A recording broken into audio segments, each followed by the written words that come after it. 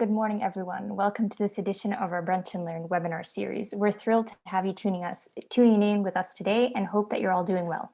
I'm Sofia Vereshkina, the Communications and Social Media Coordinator at the Climate Reality Project Canada. I'm joined today by my colleague Matthew Chapman and our speaker of the hour, Marco Viviani, Vice President of Strategic Development at Communato.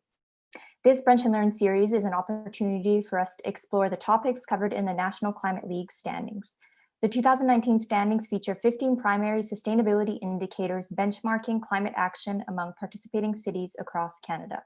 It also features examples of best practices in those areas. We invite you to download the standings at ncl.climatehub.ca and to explore our webinar series at hubflix.climatehub.ca. For today's feature, we're looking forward to discussing car sharing. We'll discuss the many benefits car sharing presents and how we can implement infrastructure and policies that support its existence. As mentioned earlier, we have the pleasure of being joined today by Marco Viviani, Vice President of Strategic Development at Communato. Marco is the Vice President of Strategic Development at Communato, the most important car sharing service in Canada and the oldest in America. Communato operates in 13 cities in Canada and in Paris, France. After studying physics at the University of Milan in Italy, he worked for almost 10 years at the World Wildlife Fund and afterwards as Vice President for the Italian branch of the Eco Institute. His involvement in car sharing began in 1997. Since 2003, he has worked with Communato in Canada. Before we start off, I'll quickly remind everyone that you can pose questions at any time using the Q&A feature at the bottom of your screen. We will visit some of these during the Q&A period following Marco's presentation. I also want to mention that a recording of this webinar will be made available on our YouTube channel and on our Hubflix in the days following the webinar.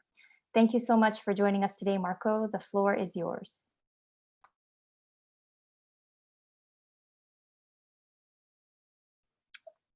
You're still muted, Marco. Classic mistake. Thanks a lot for the invitation. Thanks a lot for being here. I hope that you will find interesting the information that I have to share with you. I will start sharing my presentation, hoping that you will see it well.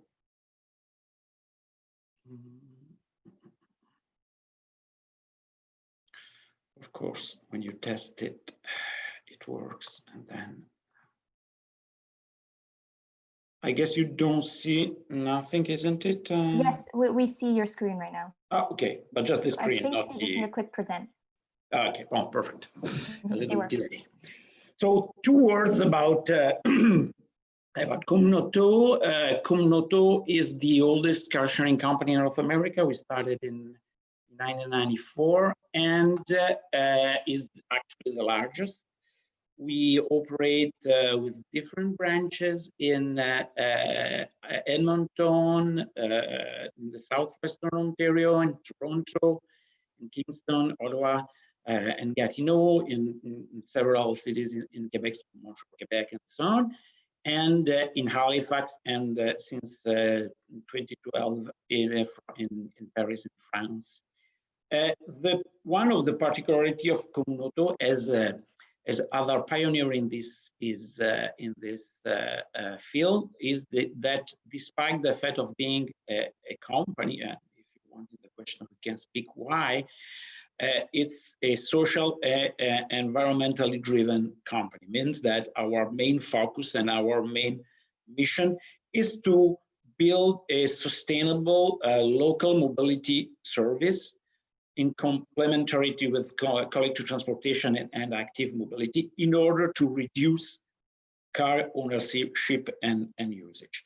And since new share mobility has become a buzz in different cities, just to make the difference, I would like to highlight as our mission is not to try just to get a slice of this pie of the mobility market, the now excited mini startup, but is really to build a local sustainable transportation service. And this has a big impact in the way we see things and we realize things. And this is very important for someone that wants to propose car sharing in the city or support car sharing in the city, to make the difference between what is, according to us at least, worth and what is not as much. Just a reminder, I guess that probably most of you know what is car sharing, but just have a reminder of one of the most common definition. Car sharing is a membership-based service, and this is very important. And in which people can access to a fleet of car 24 hours, 7 days a week at unattended self-service location without having to sign a written agreement every time they reserve a car. All these little details, the 24 hours, 7 days, the unattended location, and the membership based, are what makes the difference between with other kind of service like local rental, and are focused to propose a service that is an alternative to car ownership. When you propose something that is want to replace car ownership, well, you establish a long-term relation with your user, and that's why the membership-based service is not just one time. It could be for someone, but what you try to build is a long-term relation, self-service that provide really something that is an alternative to car ownership. If you are closed during the night, well, people will be less keen to, for example, abandon a private car for the service.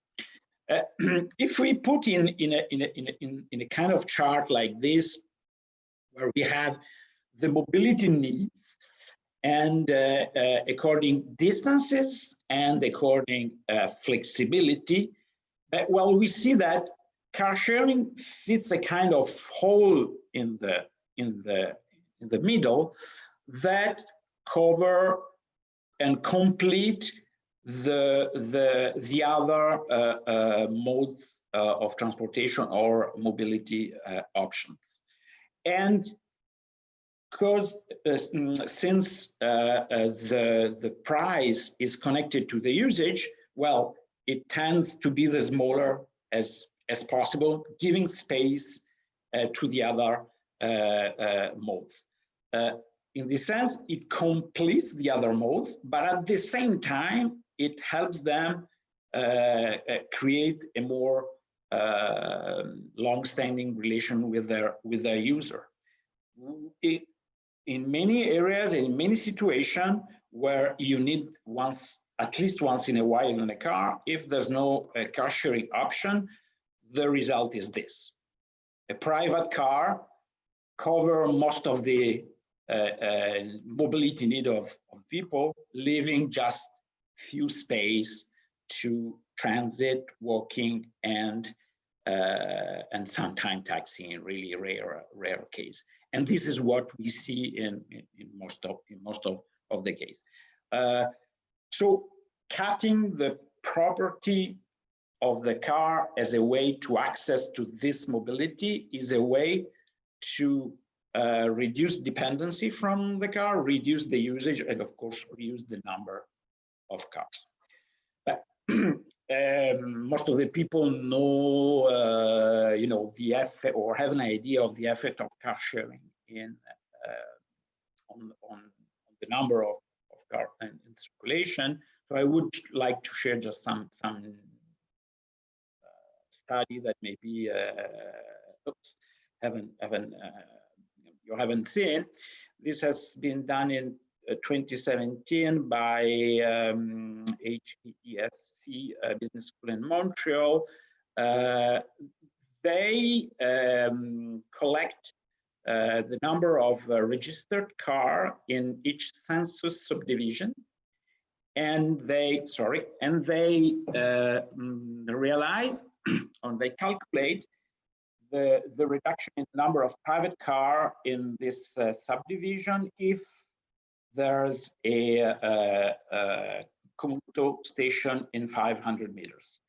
And the results were quite concluding. Let's say that, sorry, again, there's a automatic slide, so you will see it again and again, sorry.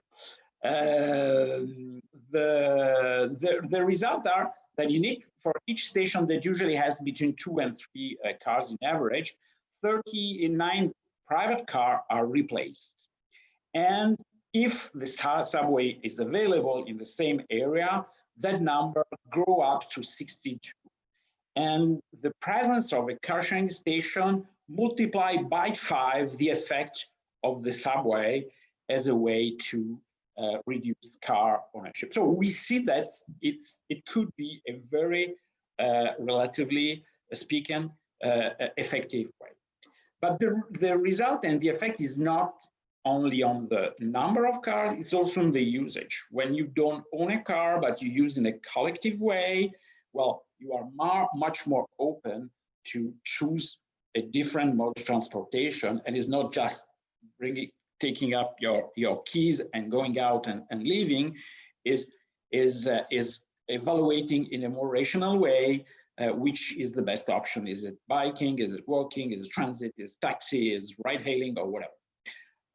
And this reflected in this study done by the L'École Polytechnique de Montréal, comparing households in the same areas with the same socio-demographic characteristics, and realizing that households doing car sharing, they were using the car 4 times less than household owning 1 car, and 6 times less in number that those having to owning 2 cars. And of course, this reflects in the usage of other modes. The people car sharing uses the double the biking and transit than people household owning a car, and this it's rather obvious. What does it mean using a car share in terms of usage? Because of course we could say, okay, yes, what's worth if you just move from your usage of the private car to a car sharing in the same way. In reality, we see that people they reduce their car usage. A typical active user, so means that there's also other that are not active in a month, in Montreal make a little bit less than 10 trips a month with free floating and 3 trips with the station-based car for something that is a little bit more than 10 hours driving or reservation, but this is not necessarily driving in a month. That you can understand it's much less than an average driver. That bring to these figures that is the calculated by, again, a study by L'École Polytechnique de Montréal and earlier, that says that people reduce of 38% their annual kilometer driven by car in average. So it means that someone maybe, yes, will increase because, you know, his need change, but in general, all over, there's a reduction of a little bit less than 40% in kilometer driven. That, and considering that the car sharing fleet is, at least in our case, but in most of the cases, more efficient than regular, the average car, this brings to a reduction of 1.2 tons per year per person in GHG emissions. That, if you remember, well, probably the younger don't remember, but something like a decade ago, the challenge for Canada was reduction, the reducing of 1 ton per habitant, our GHG emission burden. Well, you see that, you know, with this solution, you can reach that goal. And again, we see that not just in replacing car, but also in reducing emission. This is a relatively strong way of doing. Some other data shared in other cities by a study done in 2016 by University of Berkeley, and summarizing the fact that in different city car sharing, in this case it was free-floating car sharing, could reduce something from 2 to 11 cars, and bringing to a reduction of in GHG emission from 4 to 18%. We made some years ago an estimation. Well, the estimation has been done by an engineering company, Texel, saying that this has been done more than 10 years ago, but the idea, the perspective at the time was that 8% of the household in the region of Montreal could have been using car sharing as a potential, and this would have meant 100,000 households for a little bit more than 100,000 tons of GHG gas emission reduced per year. And if we see on the right, this was the plan done by the city of Montreal for the whole area, with different measures, in which the green one is active transportation and demand management, and the orange is transit and parking. Well, we see that car sharing could have a relevant part, but this part could be as small as the dark green that correspond to a slow growth, or as big as the overall part that correspond to a full potential scenario. Now, some year later, if we look at where we are somewhere in the middle of the two. But this means that with car sharing, you can do little things or you can do big things. We saw that, relatively speaking, it's very effective, but then if it's just a niche of the citizen that adopt it, well, the effect will be a smaller one. If we are able to spread it, or having a larger part of the population using, well, the effect could be relevant. There's this new calculator done by the Shared Use Mobility Center in the US, allowing to simulate in different cities, I guess there are like hundreds of cities, how to, which would be the impact of different shared and transit on climate greenhouse gases emission. And so, I just made, it's funny, it's interesting, to play with. You can find a city that is similar to the one you're living and trying to see what's the effect. But I just made it with Boston, and looking at the fact that if in Boston there are a little bit less, but 2,000 car sharing car, like it's the case in Montreal, well, the effect is a reduction of 5% of overall emissions in the city. That's something, as enough significant to be considered by policies. That's not always the case. Car sharing is also reducing expenses. Our member, you see, spend in average $750 per year in car sharing. That's as a 90% of the case is the only car they have in their household. So kind of significant compared to the several thousands of dollars spent by a household with one or more car. That's what established Todd Littman of the Victoria Transport Policy Institute some years ago, comparing a family with using car sharing in between other modes and spending something like $2,000 per year in transportation, and a household with one car or two cars.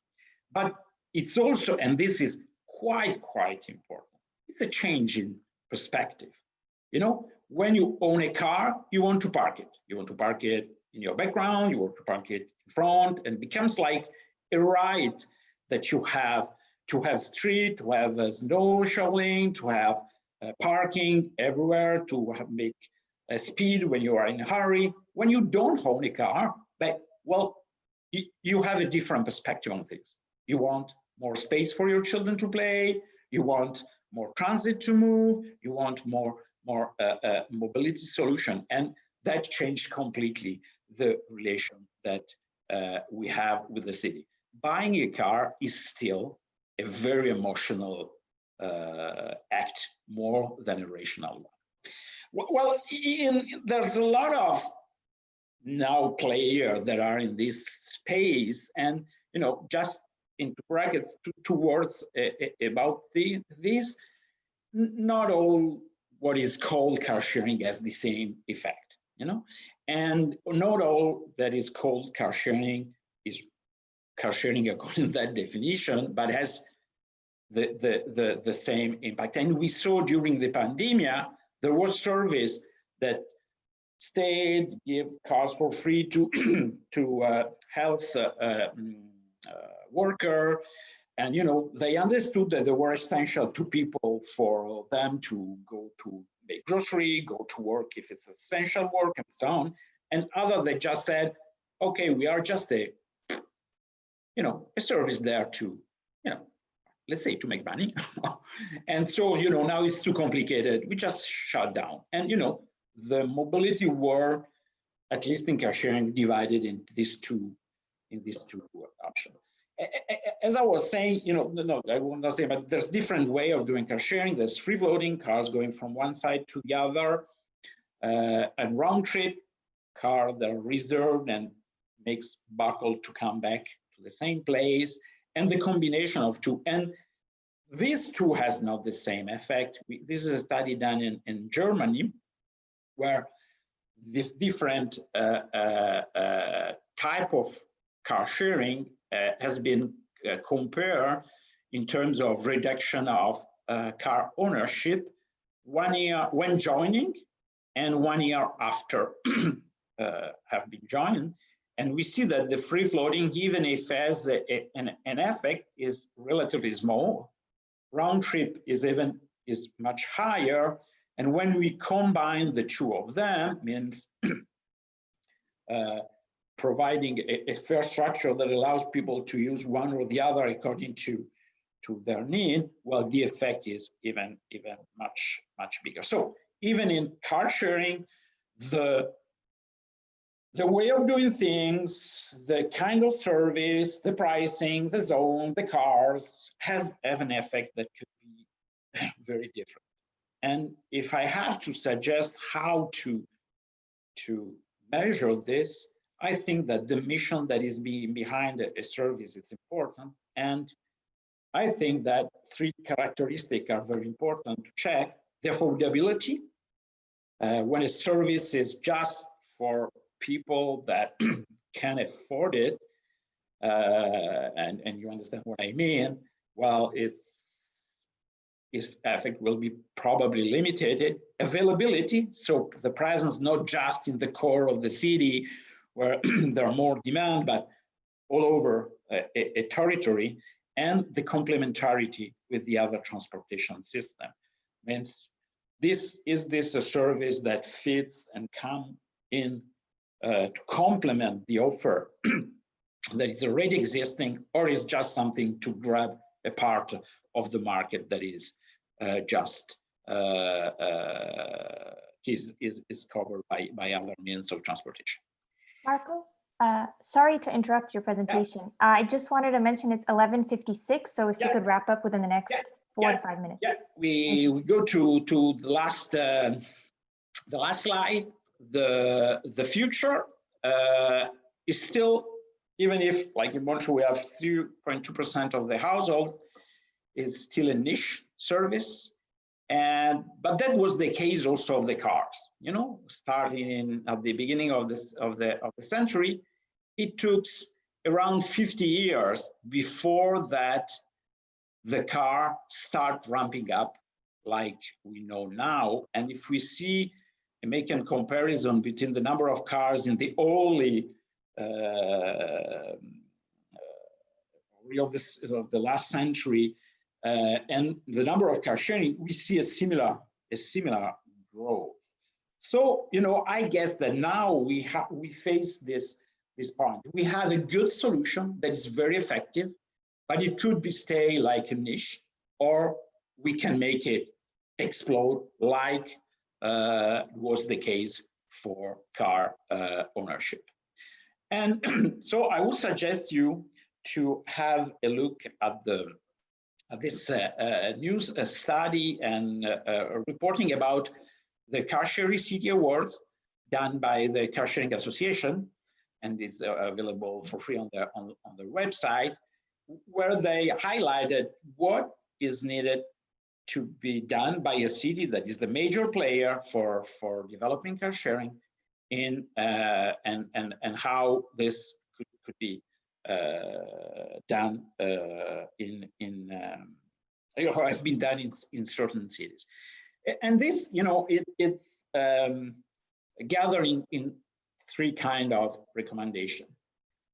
A city needs to express a vision and leadership, giving a strong recognition to car sharing. Car sharing has not to be like, you know, something that is in the space, but a city has to appropriate of this and fix objective and those objective of growth. Not just saying, oh, it's a good solution, but, you know, integrating policy, demanding operator to achieve objectives. And on the other side has to define a policy framework that fits with that objective and provide resources for it. And the biggest resource is parking space. You know, again and again, cities tell us, yes, but you know, there's a competition for parking space. Not understanding that car sharing is a way to solve this competition for parking space and reduce the need of this. And of course, partnership. Seeing a car sharing operator as partner and promote the integration between the different modes, that is taxi, bike sharing, transit, and all the other options. One example that is really, and I opted for a small size example, is the city of Ghent, that really defined a plan, an action plan for car sharing, targeting 10% of the population becoming car sharing member, and putting all the measure and the resources necessary, including large company. In Canada, we have some good example coming. For sure, Vancouver, that has the most comprehensive parking policy in case. Calgary, that has introduced a new parking policy that, you know, will be implemented in the next days. And Montreal, that since 2008 has put in place a combined packages, combined transit, car sharing, and bike share. So things are moving, but of course, we are still facing the challenge. Do we keep this as a small, nice niche service, or are we able to make it ramp up and become a mainstream solution? Thanks a lot. Thank you so much, Marco. That was a wonderful presentation. So we have a few questions here. If anybody needs to go, feel free to do so, but I think we're going to have a 10 to 15 Q&A period. So first question is from Danielle from Ottawa. She says she has already used shared vehicle services in the past and is now used to it, but she wonders how it's possible to convince owners of private vehicles to do the same. Well, for sure, the example is the best way to convince people. It's something relatively new that people are afraid to use, in the sense that they are afraid that they will lose the freedom that the car promised us since 100 and something years. So for sure, the example and speaking and reading about is a really strong way to convince people to test it and then to see if it works for you. Of course, as I was saying, the city has a major role. If the city speaks about car sharing, if the city fixes objectives in its policy, if the city gives space to car sharing, well, it makes it credible and as an alternative. The vision is that at a certain point we will have a car sharing car parked every 2-3 blocks that is accessible as now is bike sharing or whatever, and that people just use it massively like a collective means of transportation. Similarly, I guess that, example from one side and policy from the other are the two keys for convincing. But it's a long. It's something cultural. It's something really. Having a car is something deep in our culture now. There was a humorist, I guess you say like in English, that published something about this some months ago, saying she saw in her life more times a car advertising than a smile from her mother. And that's true. We see so many car advertising for all our life that then saying, oh, I just can't live without, it's sometimes difficult to believe, but it works, and it's possible. Similarly, actually, we have a question here that asks, what are the factors that determine whether Communauto's business model is feasible for a new city? Is it density? Is it culture, as you mentioned? Or is it other factors? Car sharing now is available in almost everywhere in the world. We are helping a Moroccan company to grow its service, and okay, still Morocco is not the more complicated country in the world, but still, it's something very different from us. So I would say that it's something that could be viable in many contexts. The point is the business model actually is probably different, and this sometimes is the mistake, that we think that there's a one way of doing and it's for everybody. I just make an example. Small community could have frequently 1, 2, 3, 5 cars from the city that could be shared in the weekend or in the night, in the evening, with the citizens, with lowering the cost of owning a fleet. And this could be a model for small collectivity, or kind of peer-to-peer car sharing between citizens of the same areas, and could adapt to that, while a free-floating top-down model like we often do, it's more suitable for bigger city and so on. So it's I think there's viable model possible for different cities, but you have to find which is the right one for you. And anyway, when you want to make it big and we want to make it effective, in terms of reducing car ownership and giving mobility, I think that you have to understand that it's not a matter of money. You can make it profitable, sustainable, economically speaking. Communautò is profitable, but you will never be able to make it a profit as the main goal. It's a mobility service like transit. It can be sustainable economically, but like transit, by bike sharing, like you do it because you want a service, not you because you want to be rich. Because actually, oh, sorry to interrupt. Yeah. Oh, I had a follow-up question actually, because you were talking about a lot of companies just want a slice of the mobility market. So how do you feel like, how will all of these actors interact in the future if car sharing it becomes more and more popular? How do you see this developing, with all of them perhaps having different goals as well, not necessarily having socially conscious goals?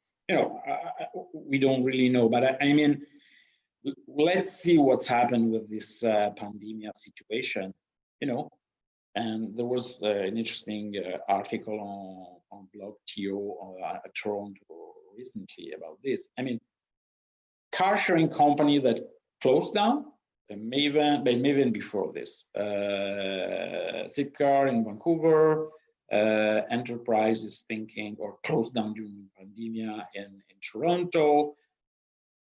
Car2Go had left just earlier, but similar reason, if the pandemic would have been done, they were left, while Communautò and Modo in Vancouver are ramping up in an incredible way. June this year has been the best a month in Communautò history in terms of new member, because people are searching for mobility solution. All the people that say, oh, at a certain time I will use it, they are thinking seriously, and because people search for mobility options. And so, probably there will be a consolidation, actors that are more focused on profit, they abandon before, because it's a really long-term service that you have to put in place. And so after 3-5 years, if you don't see the magnificent economical result that you expected, you give up. So what we expect is consolidation around some player.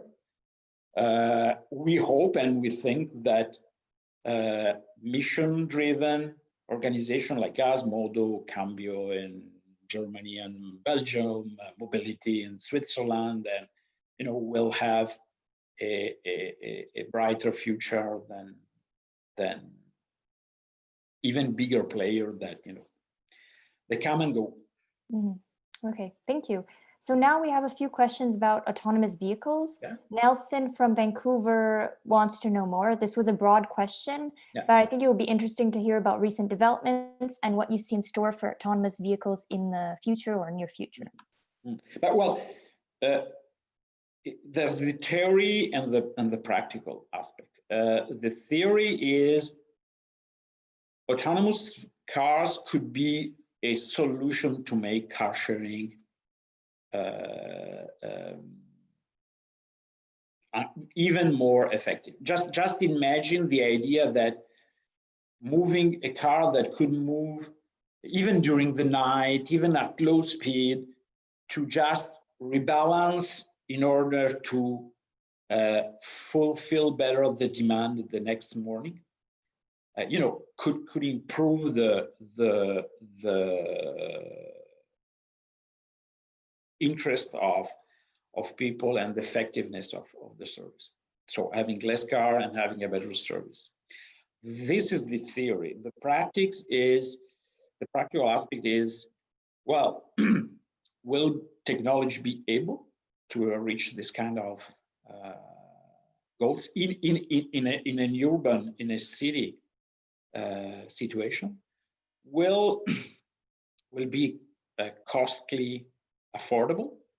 Is of course when cars cost 100,000, even it stay like a luxury product. And what we see is that since here there's a tendency from car manufacturer to add autonomous feature as a gadget to increase the value of their car, but not as a way to break the dependency by the car. What we are afraid is that instead of being used to have more autonomous shared car, autonomous feature will be used to allow people to drive even further, increasing urban sprawl. It's much easier to have an autonomous car or on a highway to go 100 kilometers from the city, so that people could go live far away from the city, than having autonomous car driving in the city itself with the mixity of usage that the street has. So we are interested in this for sure. We think it could solve a lot of our technical problem and make of car sharing an even better solution, but it depends a lot from how this technology will be driven and how the policy framework, the economic framework will drive this technology to be in the future. Maybe 1 to 2 final questions. So a follow-up question would be concerning autonomous vehicles as well. Véronique from Montreal asks, when do you expect autonomous vehicles to be allowed on Canadian roads by regulators? And how do Communauto's mid to long-term plans take into account this new entrant into the mobility market? Don't know, don't really know, just make a parallel. We start speaking about having electric, full electric shared cars around, seriously, I mean, around 2000. And at that time, I remember we have a project that, with the government and the city, by the transit agency and so on, to have a free-floating electric fleet in Montreal. It took 15 years before we had the first regular speed car allowed to be driven in Canada. That was the Nissan Leaf that we bought the first 50 arriving in Canada. And, so at a certain time, there's a technology buzz. It seems like it's tomorrow, and then it takes 10, 15 years before it becomes something possible. Well, and I feel that this is the same with autonomous vehicle. We spoke and we are speaking a lot now, but put together all the elements to make it really a viable solution would take 10, 15, 20 years, I don't know, but it's not tomorrow. As for electric vehicles, car sharing fleet is the best place where you can experiment the behavior of people and this car in the street.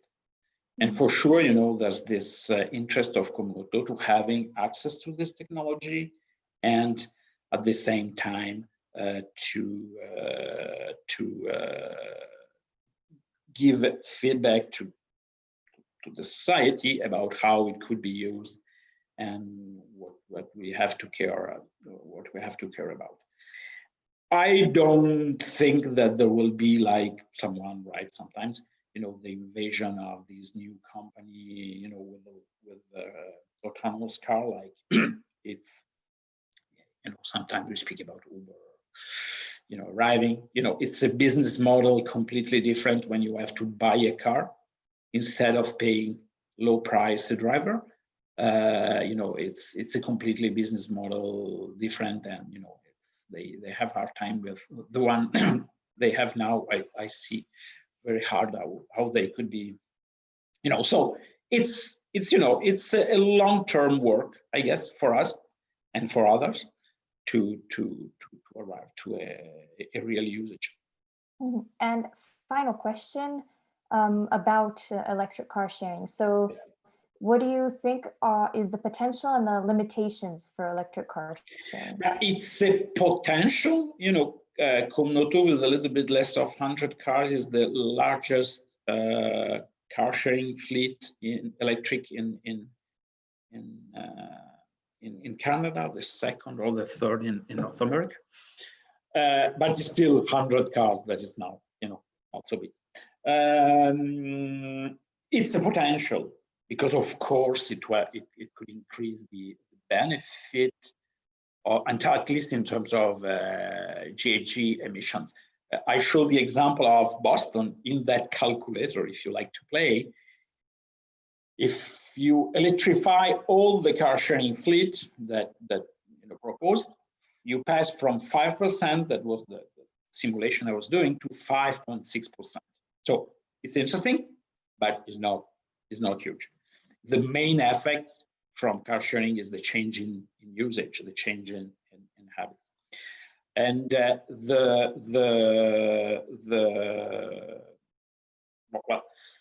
so now the point is electric cars are too expensive and the autonomy is still limited. And when you have to convince people to abandon their own car, you need to propose something that, has similar benefits. So, could be integrated in fleet, but if we would like to have all electric, I think we won't be able to fulfill to the main mission of car sharing, that is replacing car ownership.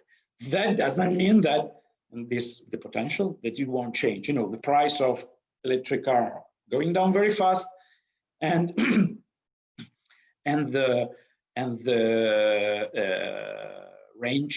autonomy range is increasing incredibly. So it's probably like a matter of time. It was the same with hybrid. 15 years ago, people were saying, why you don't have more hybrids? Now we have, I didn't count, but probably more than 1,500 hybrid cars. And it's normal. It's when they are available is what we buy, and we don't even think about. So probably will be the same with electric. It's a matter of time. Okay, thank you so much, Marco. Thanks to you. Thank you. The people attending. And thank you everyone who tuned in today. We're happy you were all able to make it. Also, be on the lookout for new Brunch and Learn webinars as we host them every few weeks. You can find many different types of webinars and past and upcoming in our Hubflix gallery, which you can find at hubflix.climatehub.ca. So thank you everyone once again, and have a great day.